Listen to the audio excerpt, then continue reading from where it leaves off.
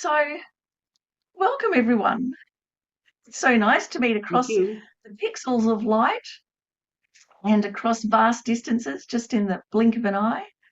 Uh, this course, the Six Wisdom Hats, it's based on two things. So, on one side, Edward de Bono's Six Thinking Hats, which is a really kind of tried and true self-help method, among other things. And on the other side, it's based on the five wisdoms of the five Buddha families. They're sometimes referred to as the Dhyani Buddhas, and the sixth being the protectors.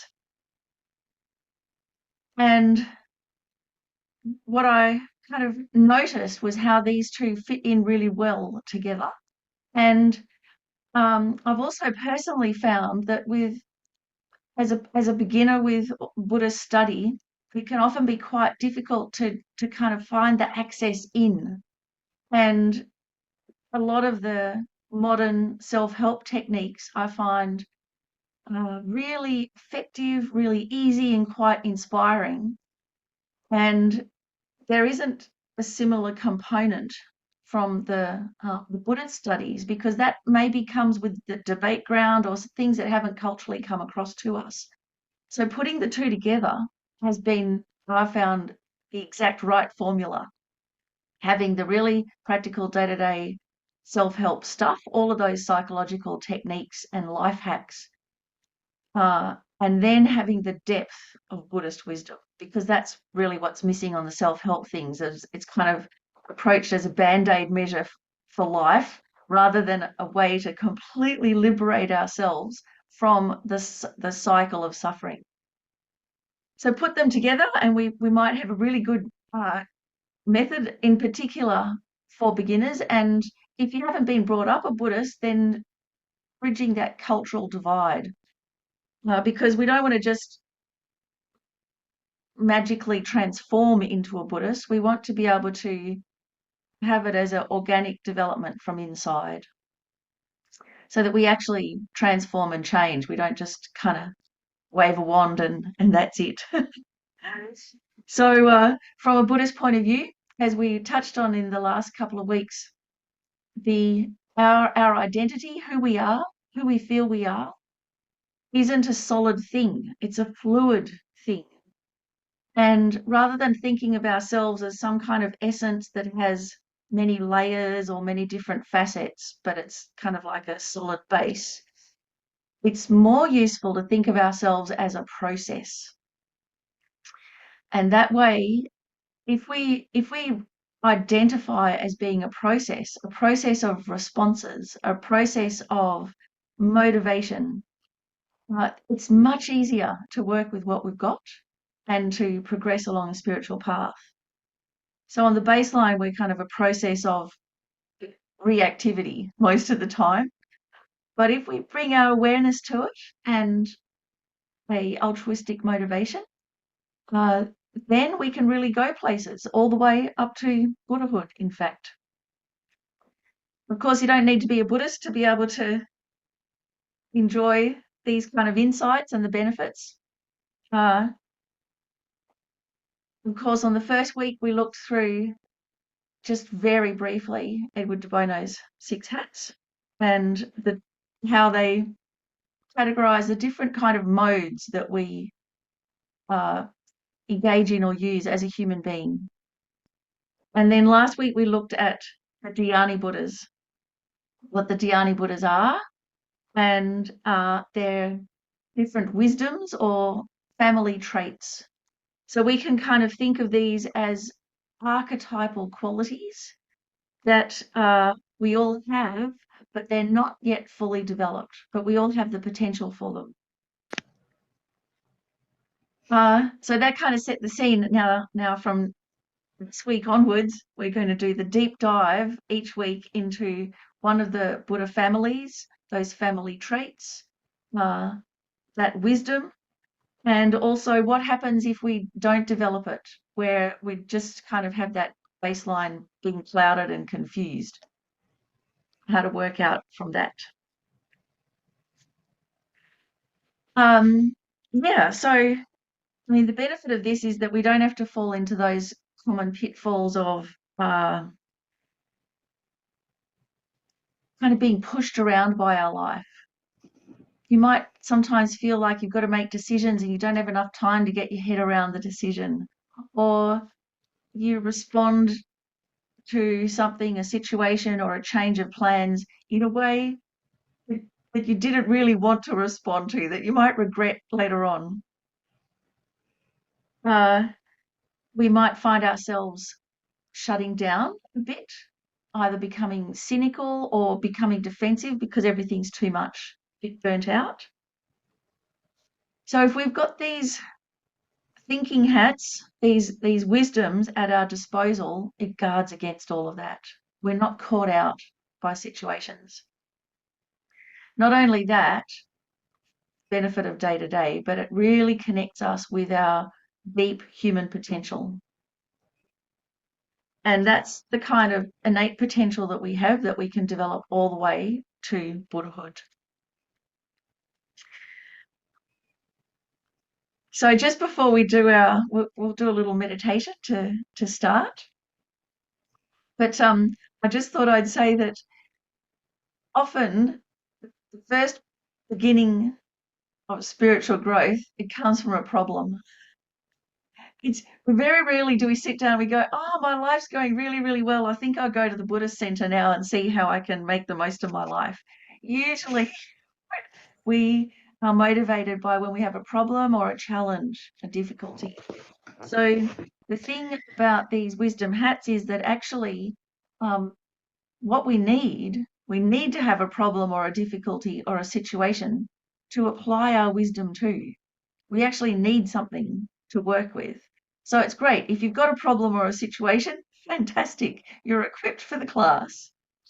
And, then all of those things can transform into wisdom, into our wisdom. And that means more confidence, being more calm, having more energy. So just before we do our meditation, I thought I'd ask from the last few weeks, was there anything, Ian or Kit, that stood out to you that has brought you back again this week? Well, I've signed up for the whole package. I wanted to go through the whole thing. It's just there are a lot of medical appointments I have to attend these 2 weeks. A dilemma whether or not to have a surgery. So sounds like you have a lot of ready-made challenges right there. And Yeah, also, what a good life hack to sign up for the package. So now you're committed. This is good. You've got to get your bang for I'm your buck. committed. It's just kind of attend all the classes. Next week I won't be Yeah, able to yeah. hear. That's how modern life is. Yeah. And so what stood out to you so far, Kit, about the hats and the wisdoms?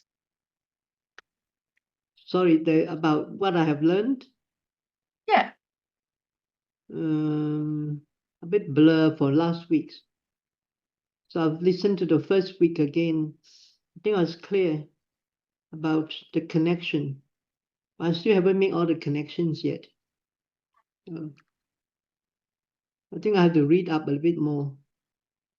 That's okay. We just do it as we go through, but it's good that at least you're seeing more connections rather than more confusion. So I'm a bit relieved to Yeah. hear that. Thanks, Kit. And Ian, what about you? Thanks, Miff. Yeah, look, I've I guess since retiring from work, I'm interested to see how the Bodhisattva path applies for me now and what I can reach with my hands and what tools I've got available.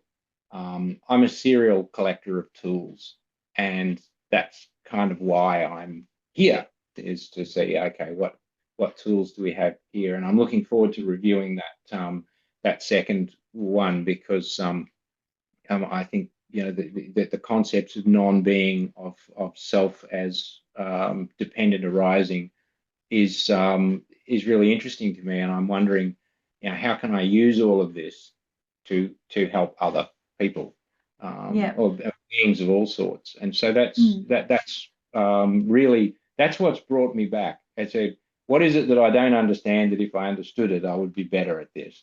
That's my question. Fantastic. That's great. Well, I hope I can deliver with this, but I'm pretty sure the material can. So that's really good to hear, Ian. That's great. And Leah, how about you? What was the thing that piqued your interest about this particular course or topic? I think I'm always interested in how to make, or in any presentation of Buddhism that's really related to the day to day. I think that is really helpful for me in kind of understanding the concepts as they apply to decisions in your life or responding to emotions. I think I'm always attracted to things like that because I can really use those tools, like Ian was saying. So yeah. So we have these really huge goals, but it's quite difficult to ground them in our day-to-day life. And we're not in a monastic situation or in a situation where all of our peers are on the same page. Often we're working in hostile environments or in environments where we can't really say we're a Buddhist or we can't use any of that terminology. So it's quite difficult to integrate it in and to kind of be your own company to do so. So I think that's where these different tools, as Ian said, can really help us to integrate the Dharma. So we embed it in our day-to-day life. So a Dharma response is always our first go-to response. But how to actually build that up when we're in an environment that, day to day is not necessarily supporting that. That's really where I think the self-help kind of life hack things are really useful. And, we just give them a much deeper direction. So fantastic. Let's do a little meditation to set the scene for today's topic. So for today, what we're going to look at out of our wisdom hats is the red hat, and the red hat associated with Amitabha Buddha, with the wisdom of discrimination, discriminating awareness, and how we can move from passion to compassion. And our first meditation to set our motivation, but to also get into the theme of this topic. So let's find a comfortable seated posture. Allow your body to settle, your eyes just slightly open, all the muscles of your face relaxed, jaw relaxed, tongue on the upper palate behind the top teeth. And put a slight smile on your lips. Release any tension from the neck and the shoulders. Feel the rise and fall of your breath and letting its rhythmic flow anchor you in this very moment.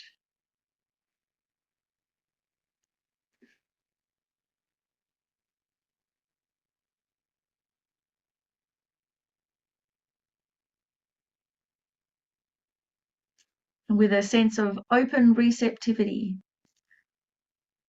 notice any unique sights or sounds or sensations presently arising in your experience.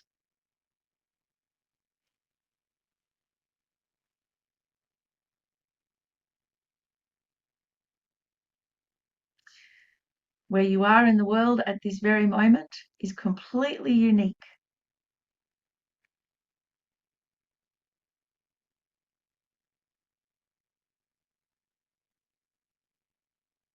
And your individualizing awareness allows you to distinguish the qualities of this singular moment.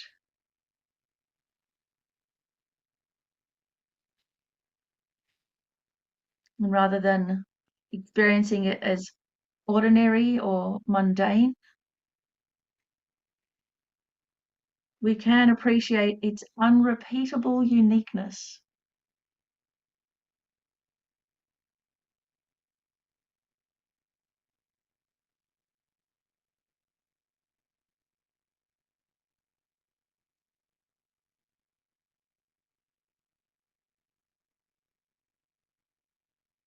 So check in with yourself, with your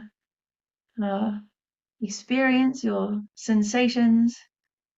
How do you feel about the world at the moment?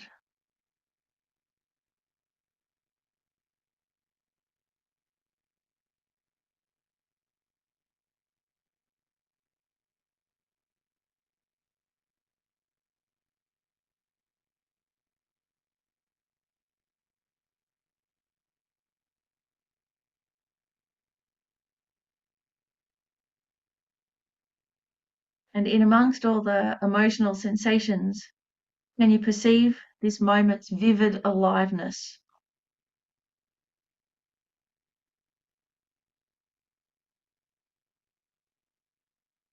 Like a flower blossoming for the first and only time, the present holds a beauty that will never exist in quite the same way again.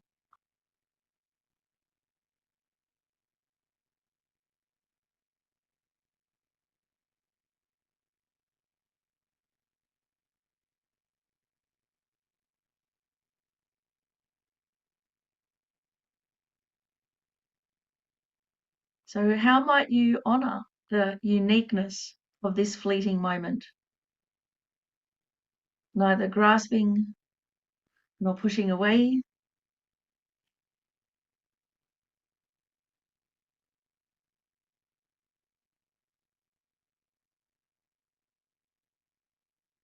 the flow of our individualizing awareness frees us from distortions of attachment, where we might cling to pleasant experiences, ignore unpleasant ones.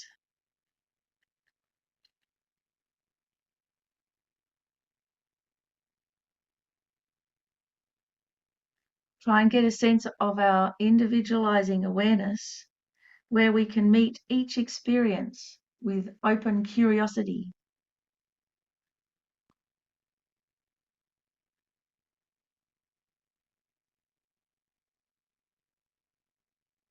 Recognizing how each moment is impermanent, it has profound uniqueness.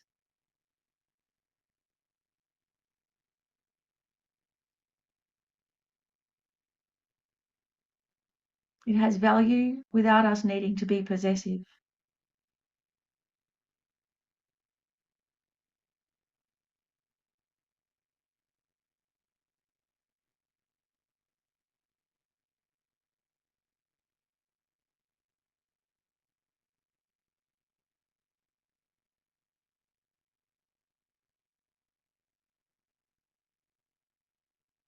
So for a few moments, continue regarding each arising moment as totally fresh, unprecedented,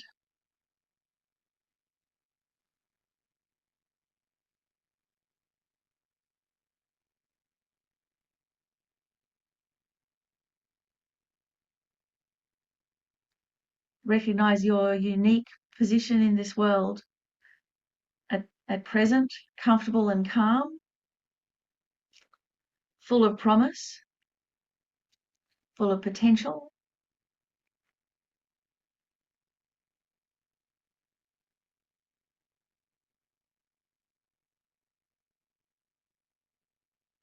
With all the care and concern of our unique friends, family, support, even the love and trust of our pets.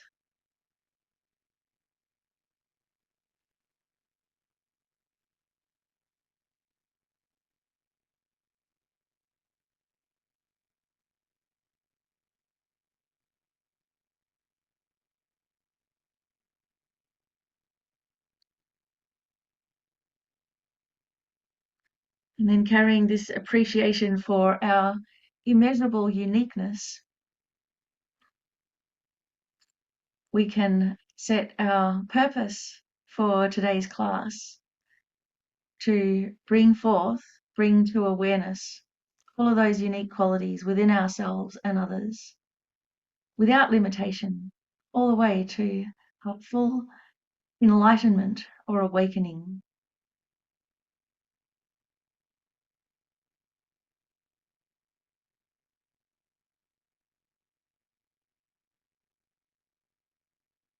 And then when you're ready, let your eyes just gently open and bring your focus back to the room.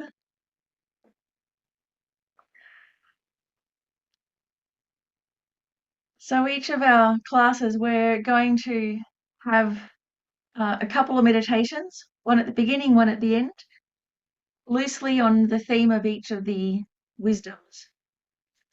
And generally this first meditation, I'll try to give us a sense, an experiential sense of what we're going to be talking about. So let's dive right in. When we're looking at the wisdom hats, the process of using these 6 hats or 6 wisdoms, our whole aim is that when problems arise or when opportunities arise or when good things happen or when bad things happen, we've got all these skills available to us. So we can use these hats, of course, with problems. That's usually our number one incentive. But also we can use the process of using these hats when we have a new idea, when we've got a business idea, or when we've got an idea for an art project or for writing a book. How to bring that idea to fruition, we can use all of the hats. We can also use them when things change. And let's face it, there's always things that come at us from left of field in life where we were not expecting it. James Baldwin once said, life depends partly on what you hope will happen, partly on what you're frightened will happen, and mostly on what you don't see coming. And really, that's where the hats come in too, how to navigate our way through these changes, how to make decisions, how to make a decision that we can feel confident about. One of the most stressful things in life is having to make decisions and not feeling like we haven't enough at our disposal to be able to make that decision. So with these hats, we've got all that we need. We can solve anything. So today we're looking at the red hat, and the red hat's about emotion and intuition, how we feel. If you remember, it's about not having to justify any of it. It's just our emotional sensations, our hunches, our intuition, gut feeling. It can be contradictory. It can change. It can be not based in any fact at all, but it's still valid because it's an experience. It's an overarching experience. Because when we feel a certain way, it doesn't matter what we know intellectually, we still feel like that. And that often that contradiction is very, very distressing. What the red hat, our emotions and intuition, can lead to that is the individualizing deep awareness of Amitabha. So to know the uniqueness of something. So it's this wisdom of discrimination, to know how unique something is. So a Buddha is aware of every single living being as unique, as precious, as unprecedented and never to be repeated again. And just even to know that a Buddha knows you, all your unique characteristics and qualities, and individualizes you, fully sees you and knows you. I mean, that's such an amazing thing, because one of the most distressing things why we feel lonely is because we feel unseen, unheard, unrecognized. So this wisdom is the wisdom of discriminating the uniqueness of living beings. So Amitabha in Amitabha Buddha's Pure Land, you know, the red hat is about feelings, right? And in Amitabha's Pure Land, it's a pure land, meaning there's no suffering. There's no suffering of pain or suffering of change. And you can be born into that pure land even when you're not pure, so to speak, and be able to take teachings and work all the way along the spiritual path till just before enlightenment. So they say in Amitabha's Pure Land, even the word suffering does not exist, which gives you an idea of the purity of that feeling. Sorry, I have to go now, Miffi. Okay, Kit. You've arrived. I'll That's join all right. later. That's okay. So why we start here with this Buddha, with Amitabha Buddha, in terms of the order of application of the hats, we've got to start with our feelings, because we're starting with our humanity and our emotions. People's opinions, people's responses and decisions are not based on logic and reasoning. They're based on how they feel, primarily. And that's why it's so frustrating if you're trying to say, but that's stupid, why are you doing that? It's not going to help, because it is illogical, it's inconsistent, it's probably the long way round, but if it's how we feel, that's it. It dominates everything, especially us Westerners, especially in a more privileged type of life. Our emotions dominate everything, so much so that that our emotions are us. Basically, we completely identify with them.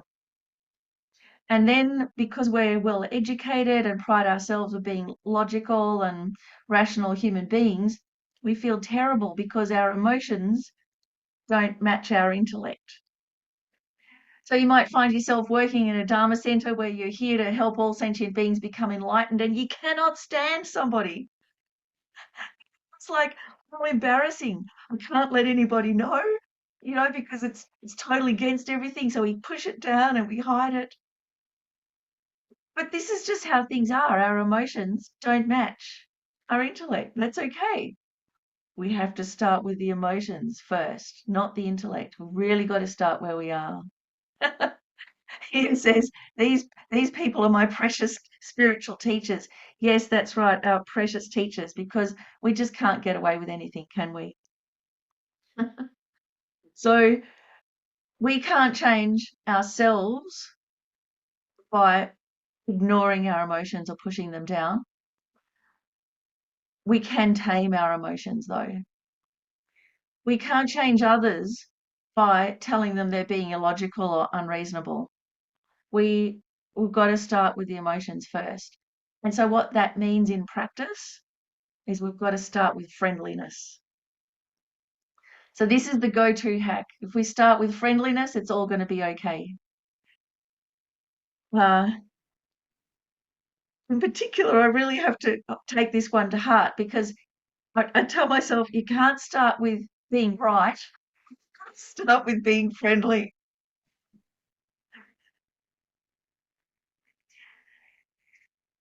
So when we're looking at the emotions, there are different strata or layers of emotions. Oh, sorry, Ian, did you have something to? Oh, I just saying that resonates so much with me. One of my gigs is as a helpline volunteer on a grief and loss helpline, and so I spend a lot of time every week with people who have changes in their lives that they neither want nor are able to reverse, and this idea of allowing, acknowledging what people are feeling, and that it's not right or wrong, it simply is, and that has to be sat with and allowed to pass through. So this is enormously valuable to me. These owning of allowing and listening, especially with grief and loss, because like recently my cat was sick with liver cancer and then died. and there was a stage where I was quite suffering and sick that I found myself thinking it would just be better if he died. Like it'd be better if it'd be over. And then at the same time, you find yourself wanting your loved one to die, and then you feel all shocked about that. But if we recognize that we are not our emotions are part of us, but they're not all of us. We can recognize them as a feeling, but we don't have to then think, well, therefore they're true and logical and I'm going to act on them. It's just one part of the whole experience, isn't it? And especially for grief and loss, because so complex the responses that we have. It is, and so and to reflect that and to find forgiveness for that, for the guilt of wishing the suffering to end, but in seeing that the motivation for doing so was that suffering should end. That's right. And this is motivation. So that really points out, Ian, that generally we have, on a day-to-day level, we have fairly coarse emotions, and they're mostly just reactions, or I think of them as emotional sensations. So just like we have a physical sensation, we hit our thumb and it hurts, or we're comfortable in a chair or whatever, it's just a sensation. It's not a good or a bad thing. It's not virtuous or non-virtuous. It's just a sensation, physical one. We have hear a sound or whatever. Same with our emotions. We have an emotional sensation. Comes and goes, doesn't mean anything. It's pretty baseline, pretty coarse. We are attracted to something, or we don't like something. It's really basic. And normally we just leave it there. But actually, on a deeper level, so something we're going through trauma like that of someone being really sick, and we just want it to die. We want it to be over. That's just like a coarse emotional sensation. But like you said, if we look a bit below, well, what's actually the motivation there? Then we come to a deeper level of emotions, which are really those innate human qualities, the qualities of natural love and care for others, of when we see suffering, we wish them to be free of suffering, that compassion. So those feelings are more sophisticated. They're deeper, on a deeper level than just our emotional sensations. And so, I could imagine as a counsellor, your job is to bring people to that deeper feeling of they just want them to be free of suffering. And the conflict between those, that more than one can arise at once, and they pull against each other, the wanting of the person to stay, but also at the same time the wanting of the person to go. Difficult to resolve. So part of it is just recognizing it, isn't it? It's just recognizing those feelings, the whole strata of them. And then as we get down to the core feelings of love and care and value, then we can develop those. So that's when we become more, I suppose, kind of begin to grow up as a human being, become a little bit more nuanced in our responses. But it's because we've approached the whole thing and our whole experience with compassion. So on the deepest level, when we become fully skilled with this, our discriminating awareness of recognizing the uniqueness, discernment becomes omniscient. It becomes fully actualized. So instead of being pushed around by our emotions, they become fully actualized. We can connect straight away and deeply with a sense of love or a sense of compassion, without worrying about all the guilty kind of markers that bring it to our attention, all those emotional sensations that first come up. I wonder if that remembering that their purpose is the purpose of feeling emotions in the body is to cause one to do something. So what is it? What is it therefore calling me to do, and what is useful? Except some of those, like the the sensations that we feel in the body, so they're very closely aligned. The physical sensation, for instance, of adrenaline, and then the emotional component of it, which can be fear if we're in a fearful situation, or it can be anticipation if we're about to do a bungee jump or go on stage. The emotional component of that is vastly different. Physiologically, it's adrenaline, but whether we experience it as pleasant or unpleasant, that depends on our discernment, on It's a our perception. motivation. Yeah. Mm. And so how our body is physiologically wired is automatically we usually go to the negative first. We go to something that's short term going to keep us alive. And actually, in the long term, it can be very detrimental. So, for instance, PTSD is an expression of this, where we're stuck in this short term response and it goes over the long term and becomes very destructive.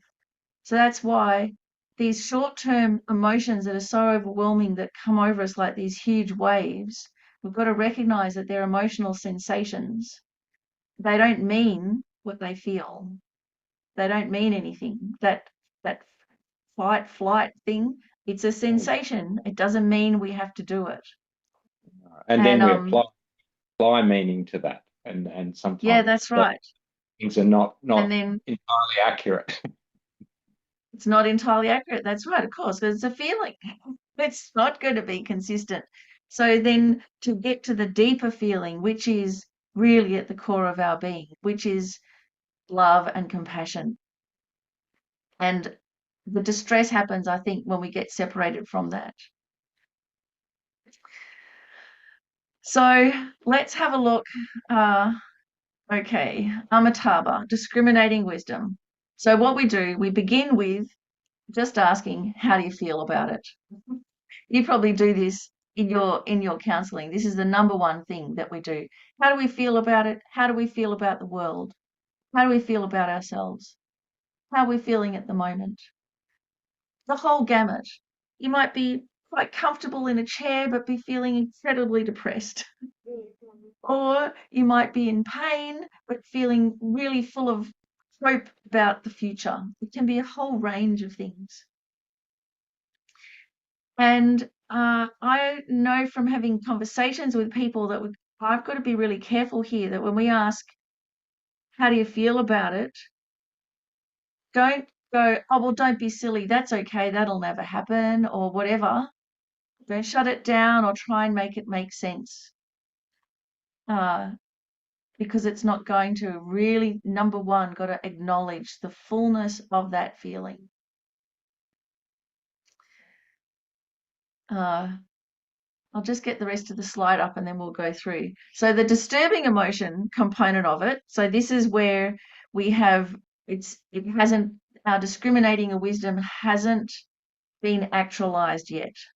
So on the baseline, the disturbing emotion part is that we see all of the wonderful qualities of an individual, but because we're seeing them as separate from ourselves and out there in the individual, then we develop longing, desire, attachment, possessiveness.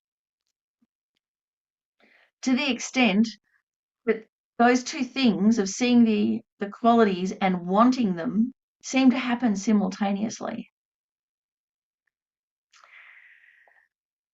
The wisdom side of it is the discriminating awareness to know the individuality of something, the real uniqueness. The hat, from passion to compassion, which in a way we can see the direction here. It's from all about me to all about you. That's what liberates us. The action, what we have to do, our call to action is, how will I develop love and appreciation from just our general kind of unconscious starting point? And the result is to be able to distinguish absolutely everything with omniscience. So we'll take a little bit of time to go through these things. from a Buddhist point of view, why we also start with the red hat is that when we think, well, what's the most dominant emotion in our world, in our existence? It's attachment, it's desire.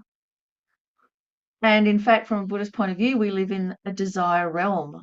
Our whole existence is driven by desire, not just conscious desires, but instinctually down to the minutest little moment where if you wriggle in your seat, it's driven by desire because we're just trying to get comfortable.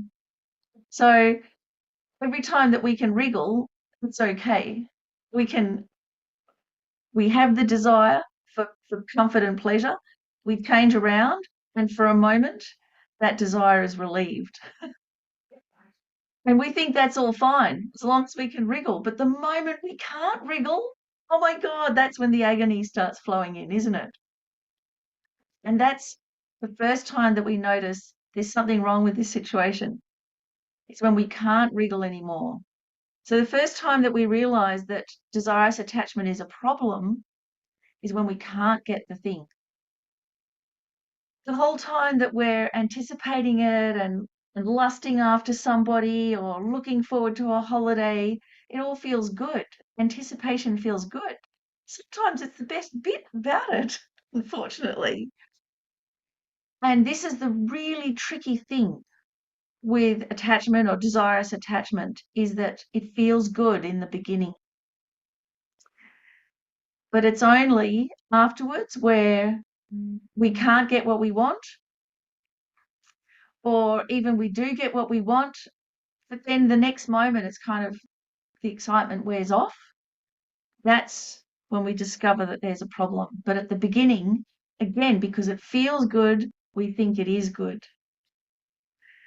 So even that in itself is just something to recognize. How dominant are our feelings? Our entire existence is driven by attachment, by desire. And why? Because desire is addictive. It feels good in the beginning, but it's desire itself too is a process. So when our feeling component is clouded, we have a tremendous appreciation for the uniqueness of someone or something, how wonderful it is, and immediately, because we think we're here and they are there and that our happiness comes from them, of course, the next thing, we want them. See how it goes? Boom, boom, boom, boom. But those things don't necessarily follow. So my first experience of this was with flirting. So in my 20s, I discovered that you could flirt with someone but not have to go home and jump into bed with them. And so I started thinking, well, so what's the difference here? How come it can be really fun to flirt with someone, and why then do people get cross when you don't go home with them? And it's because the flirting, the anticipation, the appreciating each other, all of that kind of thing, in itself is recognizing the uniqueness of that individual. But then straight away comes in the wanting to have them, wanting to possess them, wanting it to last longer, thinking that all of that follows. Doesn't necessarily have to follow. So even before that, my mother, Inta, she was amazing. She taught me about this with window shopping. You know, we're quite poor. So what we'd do on a Friday night, we'd go to the city and we'd window shop. And that's what I did as a kiddie. And we'd go and we'd look in all the Chanel and the Dior windows and the Fabergé eggs and the diamonds. And it never occurred to me that I could buy any of that. And so it was never a problem. I could just appreciate them. So that method of appreciating how amazing something is without then the next thing I want it coming in. I mean, that window shopping, man, that's our practice. Has anyone else enjoyed window shopping? I think it's a great pastime. It's way better than handing over cash and I dropped in the comments there, like the quickest way to destroy a dream is to have it come true. That you get something and then you find, actually this is not replete with satisfaction the way I thought it was going to be. Nothing you need or would really buy, but it's all just like cute. Yeah. It just, you know. That's right. The frou-frou stores, and they often Yeah. everything's all sparkly, and so once Geshe Zopa pointed out to me that you just Omar hum it, you just Omar hum the lot. So you see the sparkly thing, you've got this experience of appreciation and attraction towards something, so you offer it Omar hum. And it short circuits the wish to, I've got to buy something, like buy the souvenir. It short circuits that. You just Omar hum the lot. That's great. And with looking at things, the wonderful things that are clearly designed to cause me to desire them, is looking into them, I guess, with discrimination, since we're on that topic, about how they were made, who made them, for what purpose do they made? Was there suffering involved in their making? Is there waste involved in their making? Yeah. Where will they go when they are finished? So seeing things as part of a process and helps me to not desire them so much. Yeah, well, sometimes. that talks desire down from the ledge, really. Mm. So we talk our desire down that way. And again, we can see, so desire is the feeling. And then our other aspects come in and bring the rest of the story. Mm. But if you're dominated by that desire, if you're dominated, for instance, by a feeling of lack, it doesn't matter how many times you talk yourself down, that feeling is going to dominate. If you're a gambler, for instance, gamblers are strong, intelligent people. It's not from lack of intelligence. It's from the domination of that feeling, that anticipation. So probably the best way to talk ourselves down from the ledge there is to recognize, as B. Alan Wallace says, someone asked him if you were to sum up Buddhism in one sentence, and he said, well, it would be, the happiness is not in the cake. And that's really how we talk ourselves down from the ledge. So we don't talk ourselves out of wanting happiness or cake, but we've got to recognize the happiness is not in the cake. Number one. Yeah, so the desire, I mean, how do we even know that we have desire? We don't know. It just flows through us continuously because we are in the desire realm. It's all pervasive. And only the suffering component of it appears later on. And of course, so the problem here is thinking that when we're relating to the uniqueness of someone, and then we think, that person or that cake or those diamonds will bring me happiness. We forget, like you brought up, Ian, that it's actually a dependent arising. It depends as much on our appreciation as it does on the thing out there. But if we don't bring that awareness to it, we can't see it. So one of the examples that I learnt the hard way was also in my 20s, living in a share house. So if you've ever lived in a share house, one of the things that people say to you is, don't sleep with anyone you live with in the share house. The other thing you learn is that everybody sleeps with everybody in the share house. Doesn't matter. It's been received wisdom for all these years, and yet nobody can do it. Because why? What happens? First off, you've got a whole bunch of strangers in a house, and then you get to know each other. So your individualizing awareness comes into play, and you start recognizing how unique this person is or what qualities that person has just by becoming aware of the person. It happens in therapy too with transference, by becoming aware, just placing your attention on a human being for a while, you will become aware of their uniqueness. And that's fantastic. But of course, what happens is we think, oh, they're unique, therefore they're better than everybody else. See how this judgment comes in that's actually not even the feeling. We see the uniqueness of someone, we appreciate them, and then we think it's in competition with others. Therefore, they are better. And therefore, I want them.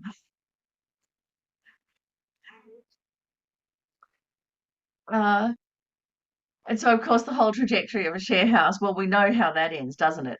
Everyone splits up.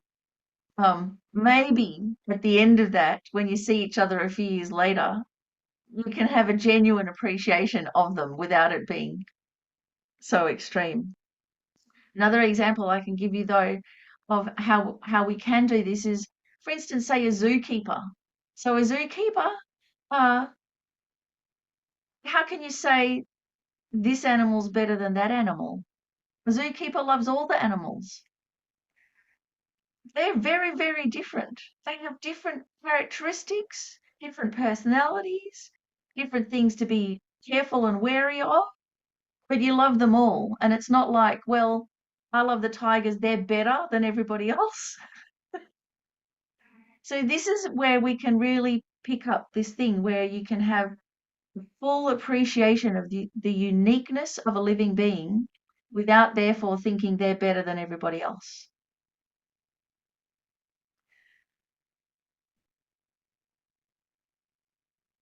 I think another example is, say, with music. So every time I hear a piece of music, I'll go, oh, this is my favorite piece. But then the next piece will come on, I'll go, oh no, this is my favorite piece. So a conductor, how your favorite piece is the one that you're involved with at the moment.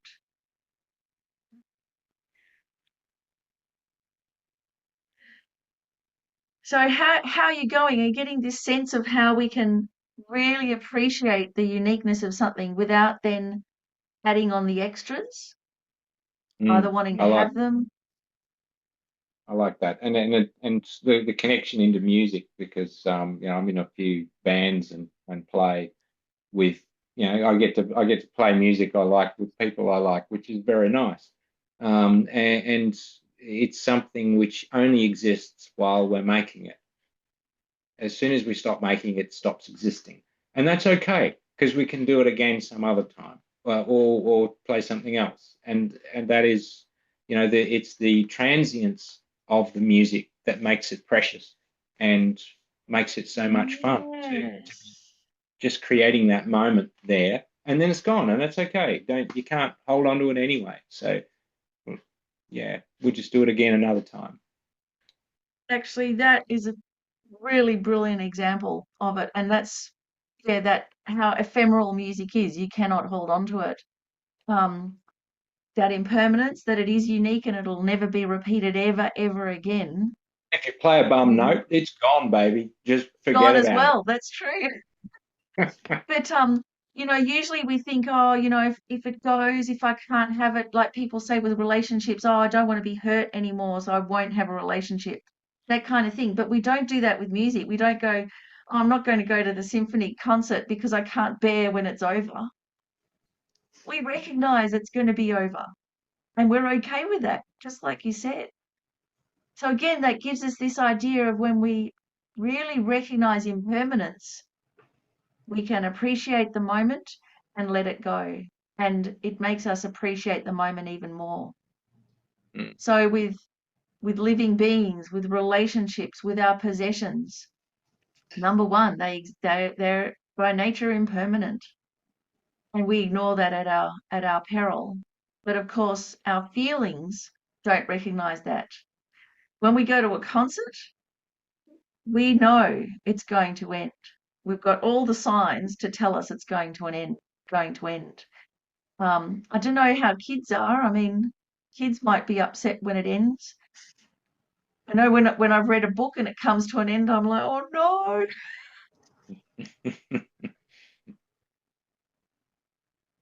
But it's nice to be able to connect, from the trivial examples of, the non-hurtful examples of impermanence, to scale that all the way up to, Yeah. to the ending of a human life. Yeah. That you go, okay, well, I can rejoice that person existed, but I need to also acknowledge that as a process, they are finished and have and Well, those see, and and that that takes has us gone on to do to, something else. that's a much deeper feeling right there, because we can, it's a real balancing act between appreciating the uniqueness of that person and their life and knowing it's coming to an end. So knowing it's coming to an end, that grasping at permanence, that just brings the suffering.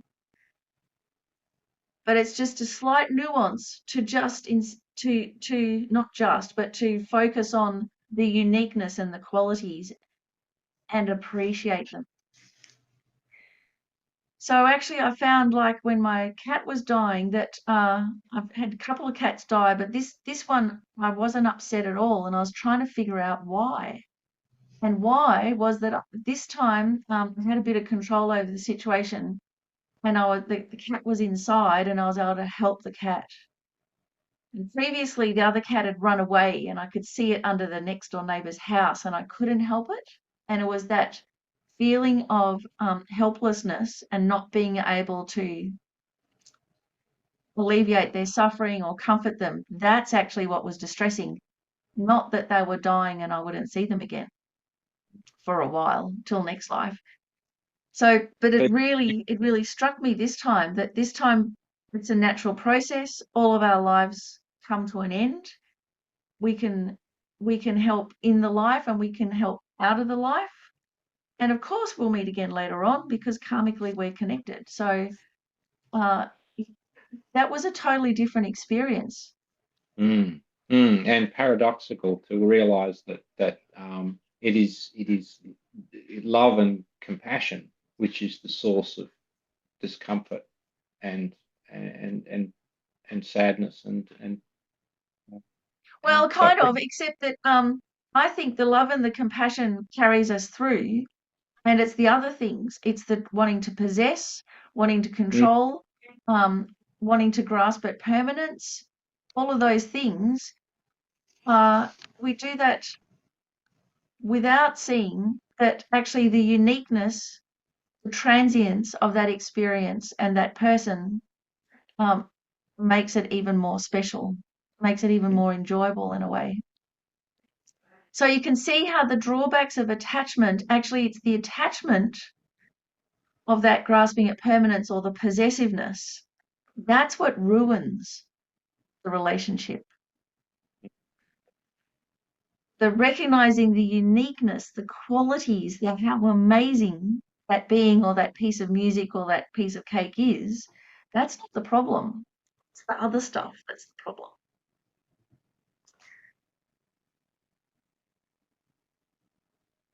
So how can we train our feelings, basically, is the thing.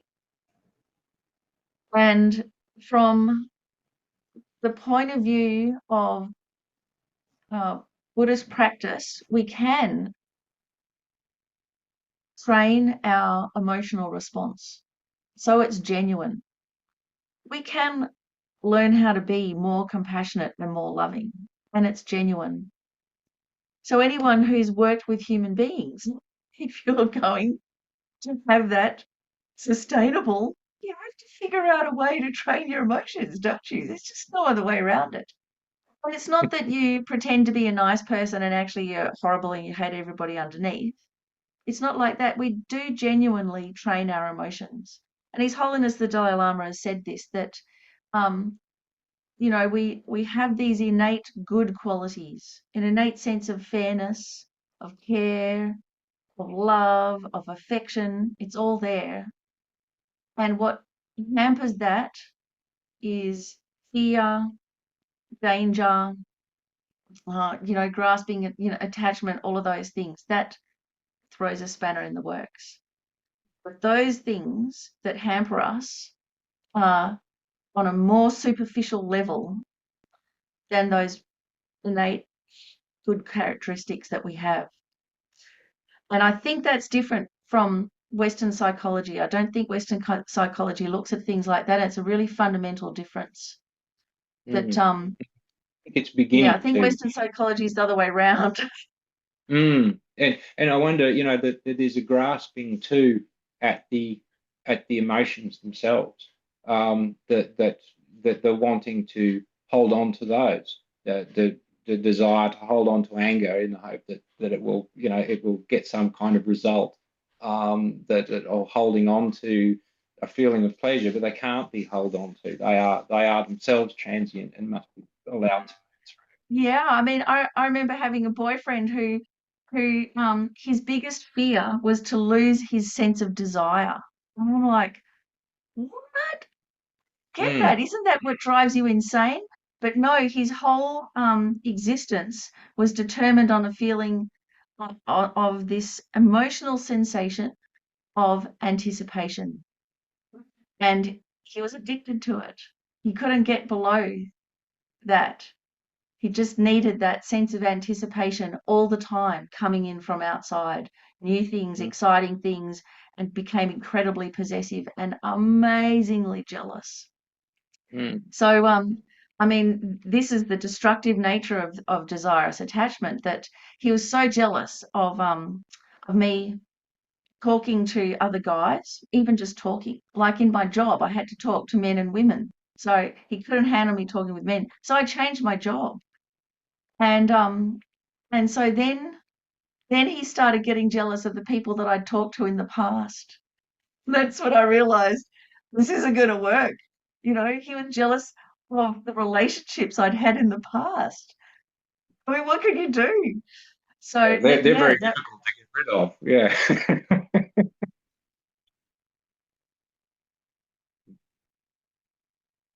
yeah. So how do we turn our possessiveness on its head? I mean, the possessiveness, again, it's a feeling, it's an emotional sensation of wanting to possess, but it's a reaction.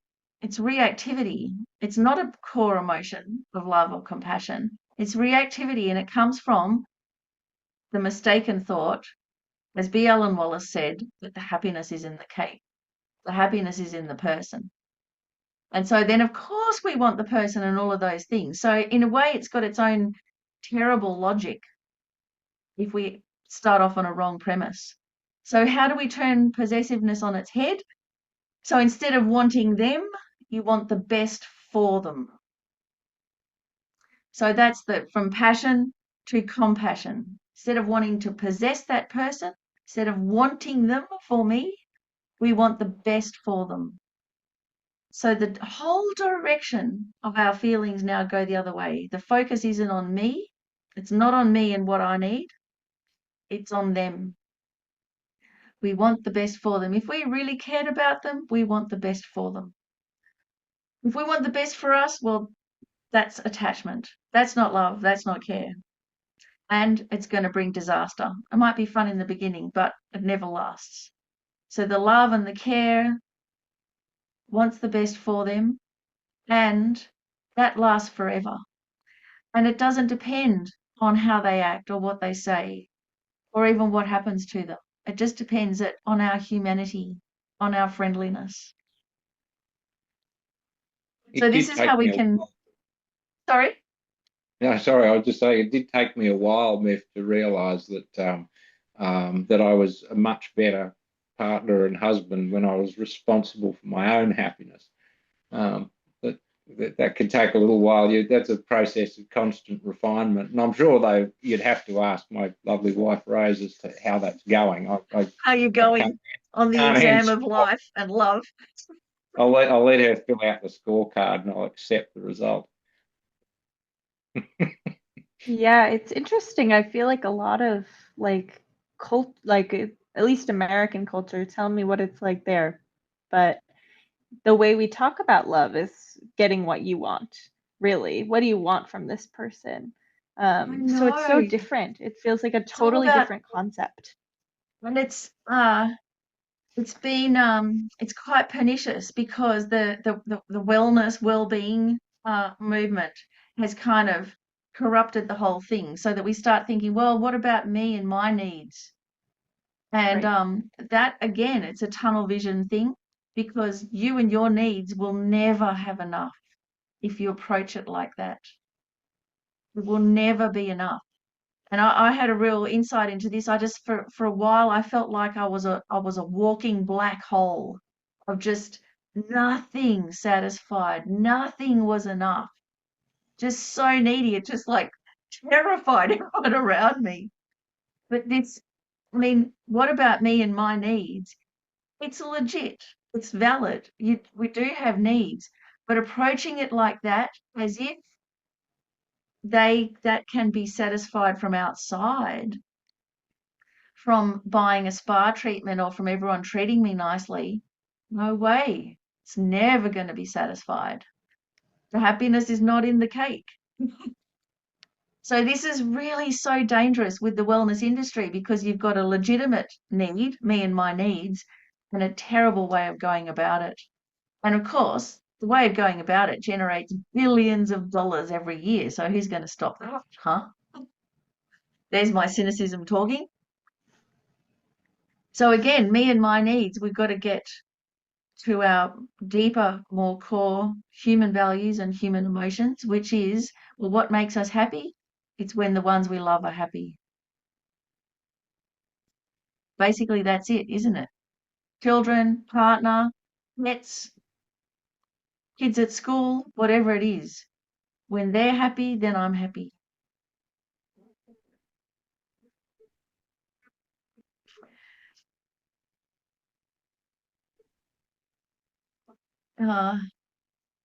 Yeah, so the discriminating awareness, it sees the qualities in something, and then that something becomes my favorite. And that's like a red flag. We start going on my favorite. So people do this with their kids. Their kids, they spend a lot of time with them, they're biologically or whatever related, and so then they think their kids are better than other people's, are more important than other people's, to the extent that people are willing to harm other people's kids if my kids are going to benefit. And you get the cliche of the soccer mom and all that kind of thing. But again, it comes from that discriminating awareness of seeing all the qualities of your own kids, and then it just gets corrupted by thinking they're my favorite, they're the best, as opposed to everybody else. That's okay, Leah. That's great. It's wonderful to have you along. Thank you so much, Miffi. This was like exactly what I needed today. So I really, really appreciate it. All right, Good. bye. So now, what else? So when we're thinking about the discriminating wisdom of Amitabha, the omniscient wisdom of seeing the uniqueness in every living being, just like that slide that we had at the beginning of all the red poppies, we can kind of think about, say, the lotus flowers. The lotus flowers, they come from the mud. Without the mud, there's no lotus flower. And this kind of represents how our awareness can come out of the mud. From confusion can come awareness. And with flowers, it's a really nice metaphor, because each flower is unique and it's beautiful and it's ephemeral. You don't go, therefore, this flower is the best out of all of them. You can have a whole field of flowers, field of poppies, or a lake of lotus flowers. Each single one is special, but it doesn't mean, therefore, one's your favorite or one's better than the others. They're all similar. No one is better. And this is what we're aiming for, that we have a similar sense of affection and friendliness towards all living beings. Not just thinking this one's better. So we can do this with our families, with our families and our friends. We have a karmic connection. We are close. Personality wise, we might get on quite well. We might feel they're my people, but it doesn't mean the others are not. It's just that's just the current karmic connection. But actually, all people are my people because they're living beings. So there's a little nuance there. And Geshe Zopa talked about this, how as a Buddhist, we can work for the benefit of all sentient beings, including the ones right here in my family. And it's quite different than from thinking, I'm going to do anything to protect my family. I will even give up my life to protect my family. And that's kind of then maybe at the expense of other people's families. So you see the difference. What it comes from is recognizing everybody is unique and important. Just like how I recognize my family is unique and important.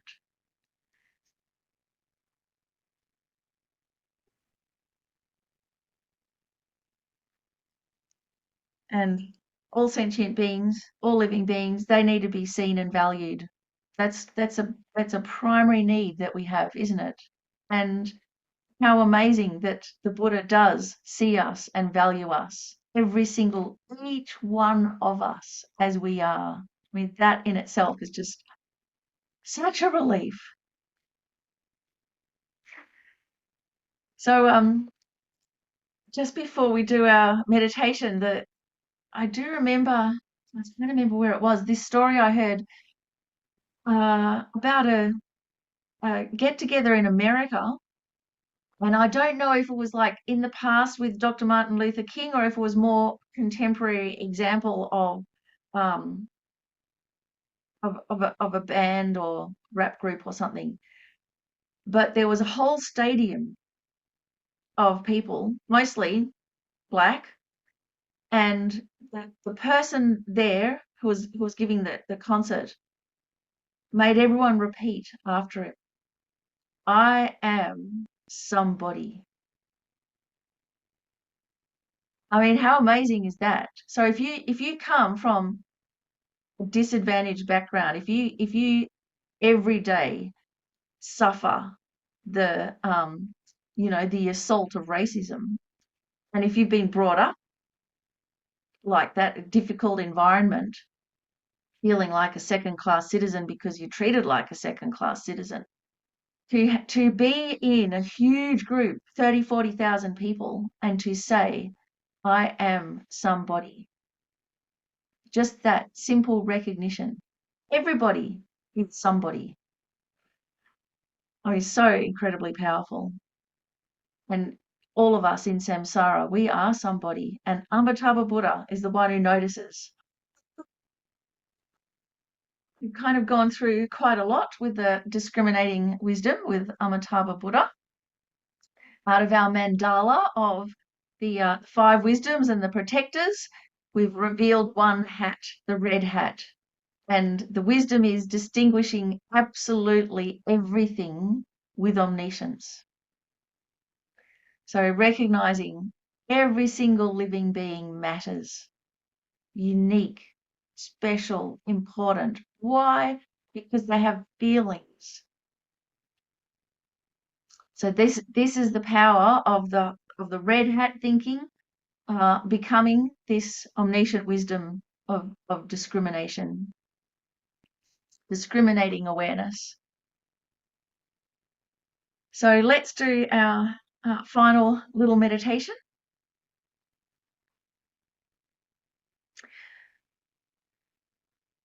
So adjust your posture and feel as if your spine is extending upwards like the graceful stem of a lotus flower.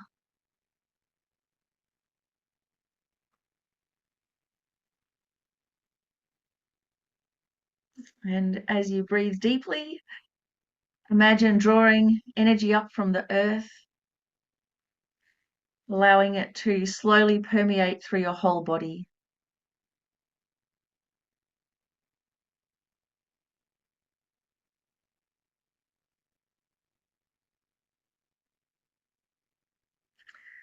And with a spacious awareness, simply notice whatever arises in your field of experience without judgment, without attachment, just the emotional sensations.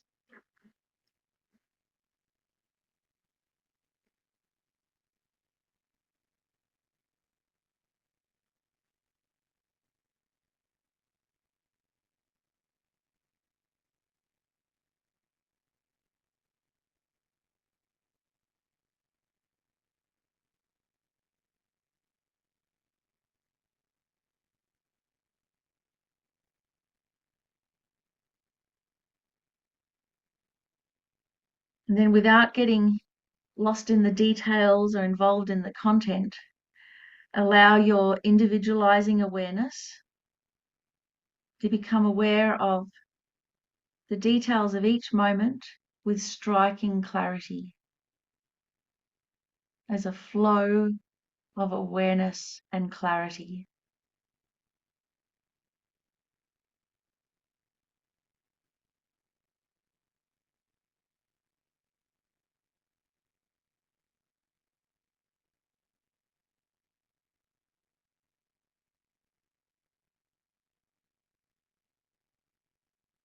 Just as a lotus arises unstained from the muddy waters, our awareness remains brilliant amidst life's challenges.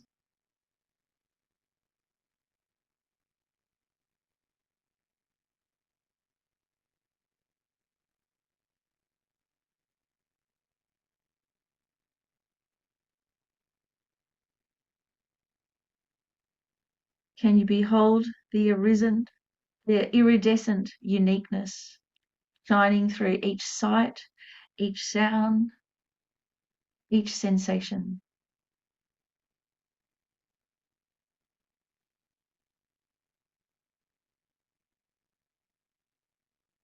Like the lotus, majestic petals unfurling to greet the sun, each experience blossoms in its full distinctive glory when met with undivided presence.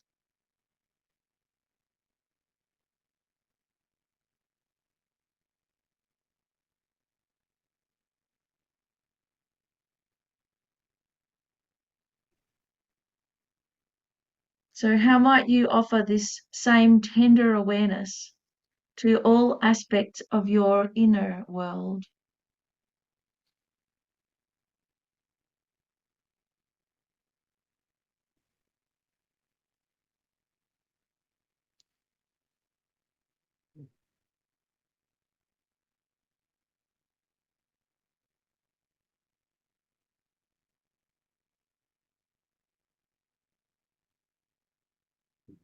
When clouded by confusion, our individualizing awareness warps into unhealthy desire and grasping.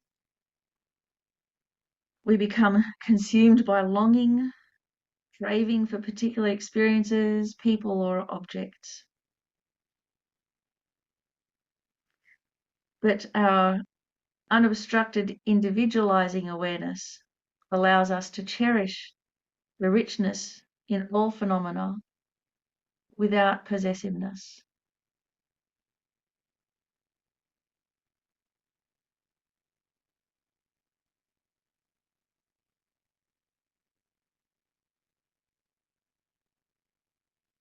So let your awareness blossom outward, revering the radiant individuality of all that arises.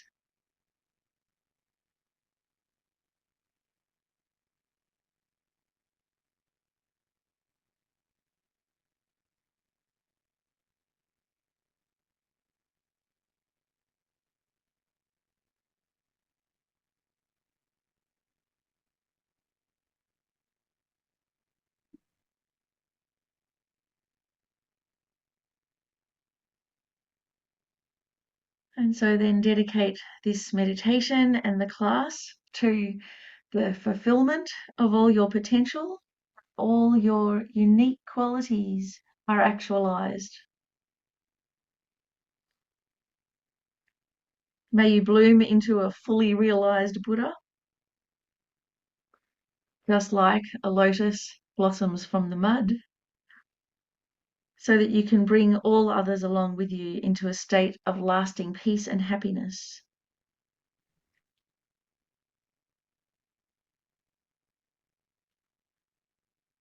And so when you're ready, then carry this panoramic lucidity forward into your daily life, perceiving the world with fresh eyes and with wonder and discernment.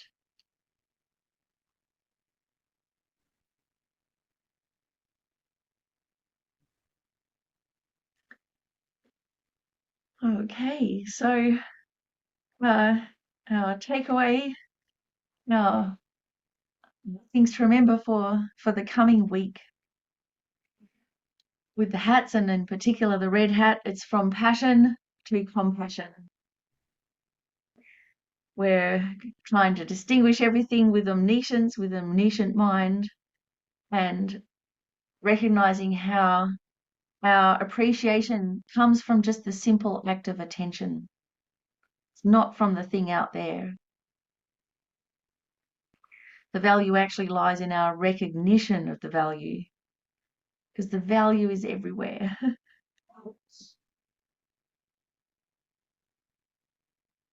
So I suppose the key is to release the wanting to possess, instead just enjoy the uniqueness.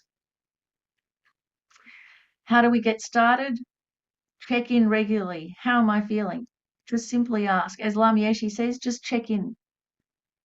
Doesn't matter if it's good or bad, just become aware. That simple act in itself will take the pressure off. When you check in, take the time to sit with the feeling for a bit. Don't try and get rid of it. Don't try and act on it or get it. Just sit with that feeling, whether it's impatience, whether it's anticipation, whether it's fear, whether it's depression, doesn't matter. To check in and sit with it for a few moments with compassion. Also, check in with your friends. When you ask, how are you? Let them say how they are. And instead of just getting down to business and going, oh, well, don't worry about that, that'll never happen. Take the time to sit with the feeling. The conversations that you have will be so much more rewarding if we just sit with the feeling for a moment. And remember, you are not your emotions. They're there, they're powerful, but they're not you. They're not all of you.